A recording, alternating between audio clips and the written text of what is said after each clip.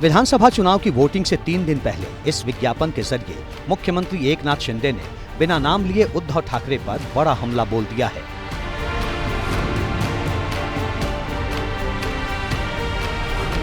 बाल ठाकरे की पुण्यतिथि के मौके पर शिवसेना ने जो विज्ञापन जारी किया उसमें बाबा साहेब की तस्वीर और कांग्रेस पर दिया गया पुराना बयान है।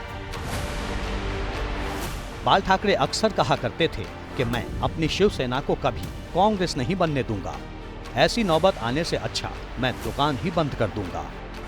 शिवसेना की तरफ से महाराष्ट्र के अखबारों में दिए गए विज्ञापन में शिवसेना संस्थापक के इस बयान के साथ लिखा है वोट बाला साहेब के विचारों को यानी धनुष्मान को।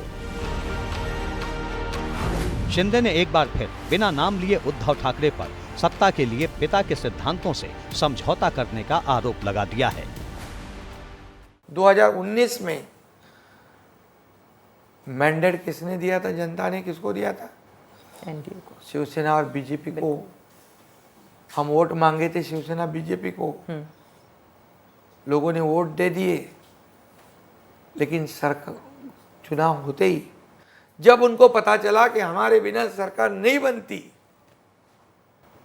बाला साहब ठाकरे जी के विचार को त्याग दिए। बाला साहब कहते थे कांग्रेस मेरे पार्टी की कांग्रेस नहीं होने दूंगा, मैं मेरी पार्टी बंद करूंगा।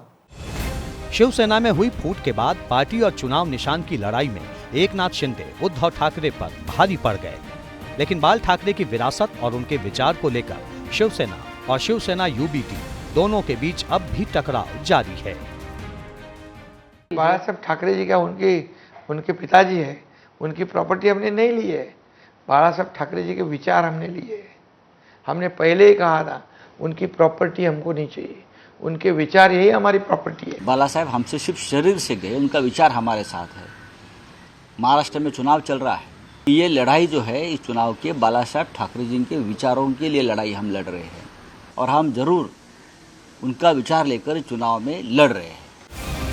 शिवसेना में पड़ी दरार के बाद से लगातार उद्धव गुट और शिंदे अपनी अपनी पार्टी को बाल ठाकरे के विचारों वाली असली शिवसेना होने का दावा करते रहते हैं, लेकिन बाला साहेब की विरासत असल में है किसके पास, ये 23 नवंबर को ही पता चल पाएगा जब महाराष्ट्र विधानसभा चुनाव के नतीजे सामने होंगे।